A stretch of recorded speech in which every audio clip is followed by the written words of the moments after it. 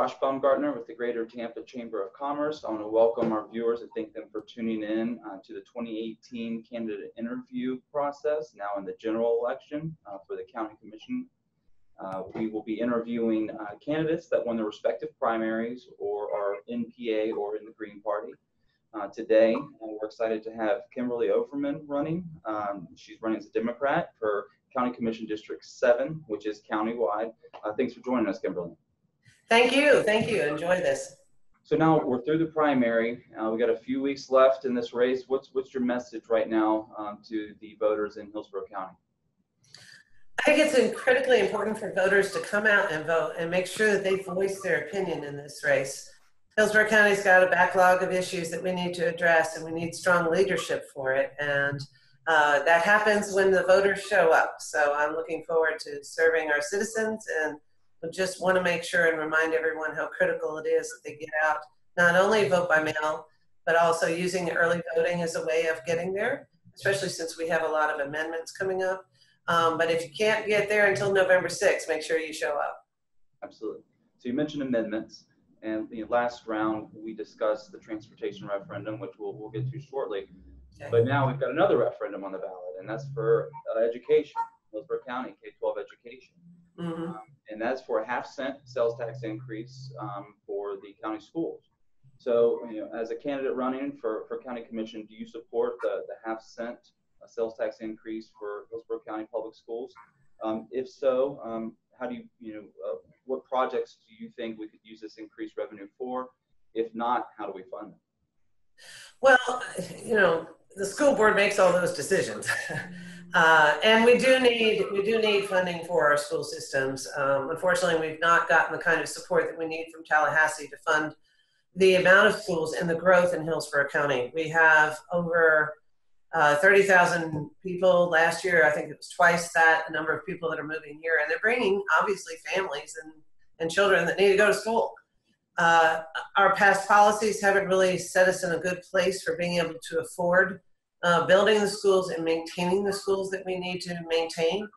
And when we don't or haven't the ability to raise our millage rates, then the other choice we have is to use extra supplemental funding that's only used in Hillsborough County. So this sales tax for their half-cent sales tax for the school board, it can't be subjugated like it was with the lottery deal back when that happened. The good news is, though, that tax will have to be used for school efforts or education efforts, primarily in the infrastructure, as best I understand, for the schools inside Hillsborough County. And unless there's some funny business that goes along with changing our millage rate that would subjugate that half-cent, I don't see there to be the same kind of circumstances where people are sort of gun-shy about raising taxes for schools. At the end of the day, without having a strong education platform for making sure that our children get a decent education, corporate America is going to have to educate our citizens. And I think it's a wise investment to make sure that we actually invest in our children and the systems that they need to be able to go to school. Thanks for that. And you mentioned earlier in your response Tallahassee. In the next couple of questions, we'll touch on Tallahassee a little bit. And the first being the Homestead exemption that will also be on the November ballot. If increased, that would have a pretty big impact to the county budget. Some estimate between $28–30 million annually. As a county commissioner, the budget is arguably one of your biggest responsibilities. So with that impact to the budget, how do you, and if this passes, how do you prioritize funding to make up that gap in revenue? Well, I'm not crazy about taxes, okay?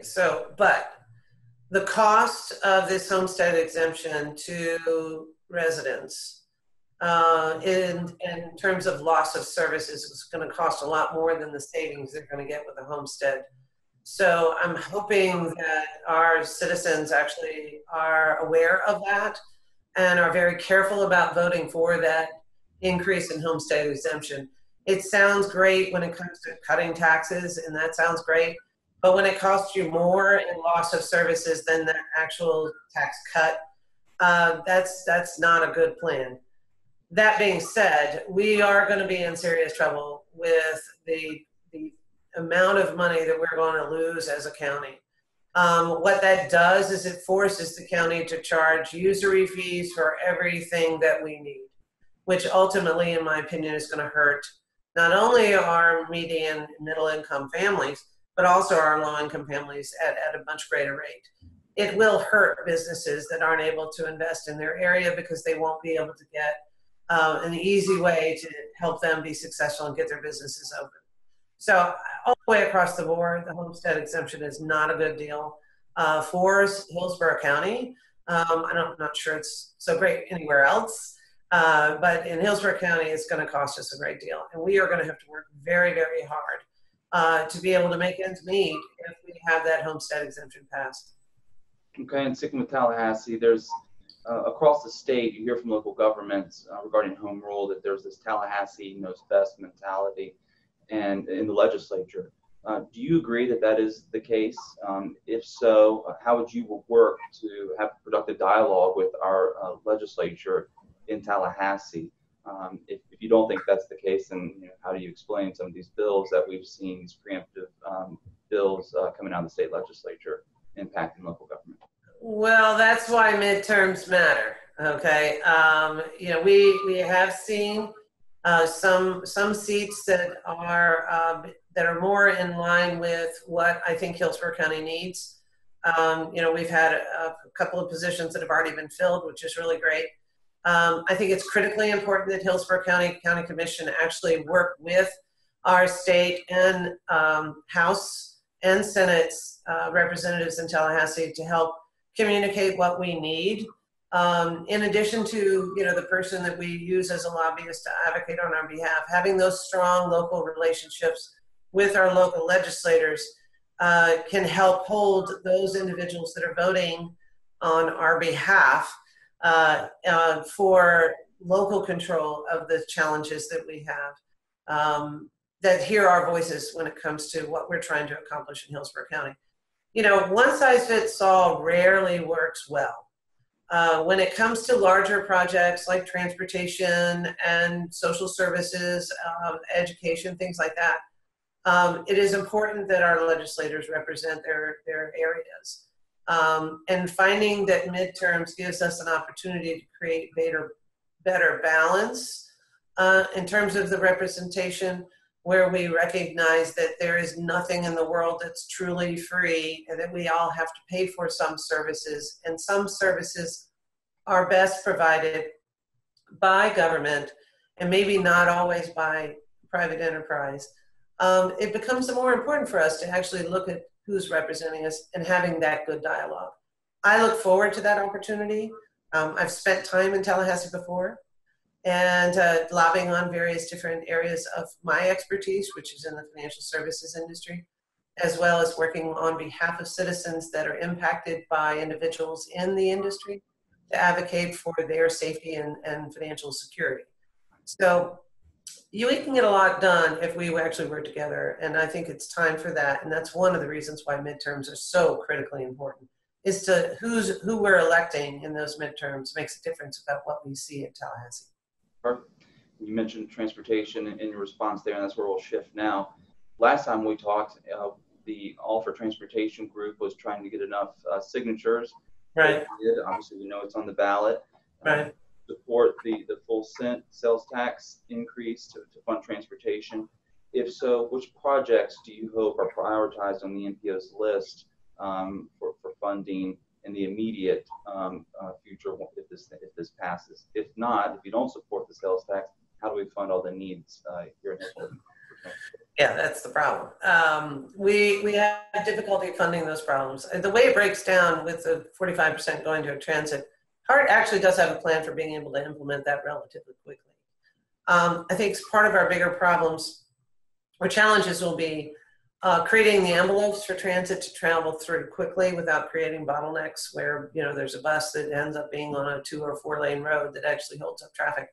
So in terms of priorities, in addition to resurfacing, every resurfacing project needs to be evaluated for creating and addressing the transit expansion that we're going to see.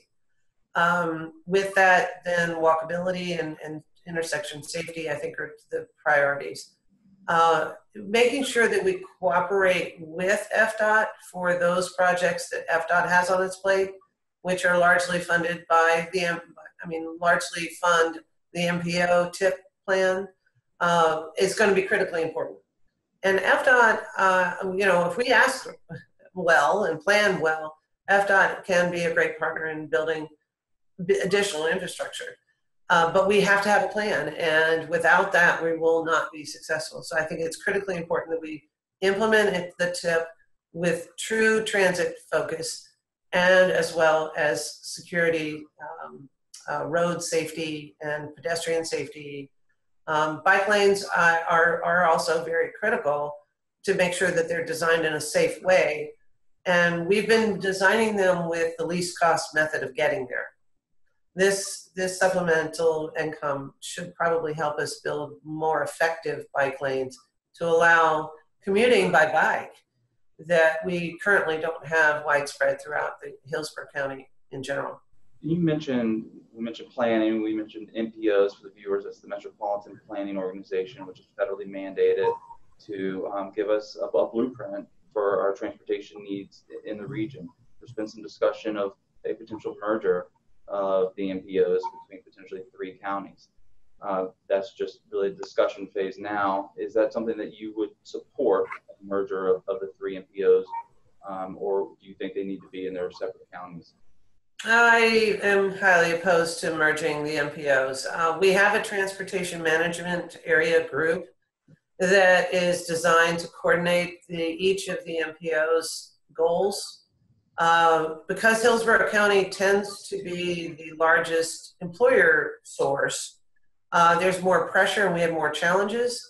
And that I think is important for the MPO to stay, our Hillsborough County MPO, to stay focused on what Hillsborough needs. Doesn't mean exclude what's in the TMA's plan, but we have enough bureaucracy without adding another level of a combined MPO across multiple counties, where it's difficult enough to get one project approved with 7 or 12 people on our MPO, than to take it to a larger level across the region. That doesn't mean I don't want to coordinate with other counties. I think that's critically important. But I think we need to not create additional conflicts of interest to serve our specific county residents in our transportation challenges. We have to catch up. And one of the ways we're going to do that, if we pass the sales tax referendum, if voters vote for it, when they've said transit is important to them and transportation planning is important to them, if that gets passed, then Hillsborough County and its MPO has got to stay focused on what its primary objective is, which is to address the transportation needs of Hillsborough County residents. Absolutely. And shifting gears is something that runs parallel to transportation, and that's affordable housing.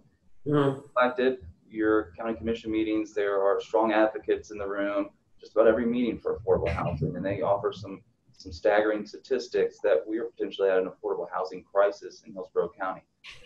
Do you think we're at that point that we're at an affordable housing crisis? If so, what measures would you as a county commissioner put in place to help alleviate some of those costs with housing in our county? We do have an affordable housing crisis. We have, on average, anywhere from 30 to 60,000 people coming here. As long as we continue to be an attractive area in a Sunbelt state with economic, jobs, we are going to always have a challenge until we just ruin everybody's life by making them sit in a car 24/7 in order to get to work, or we lose economic opportunity.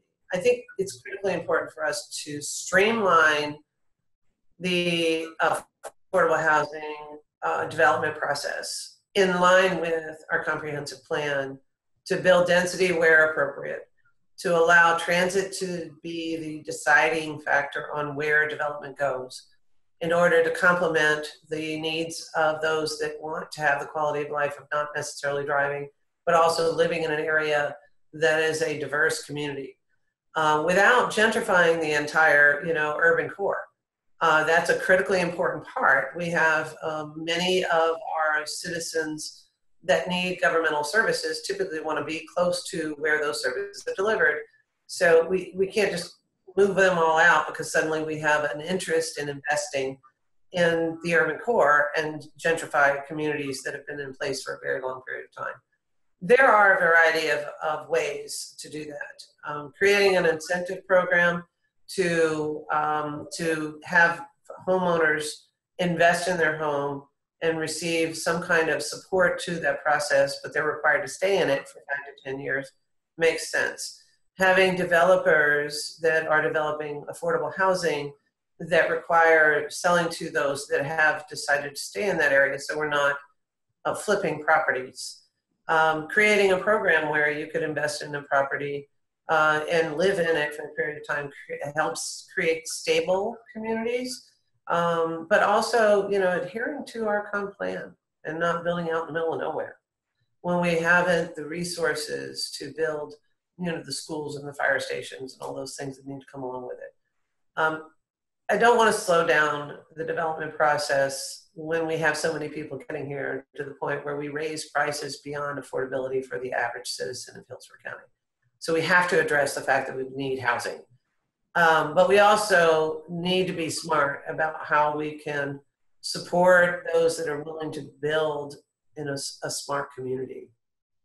And that we haven't created that customer service oriented development process that serves the citizens that live here, and also use smart growth processes and theory and get that implemented here. And we're continuing to use an old school way of developing.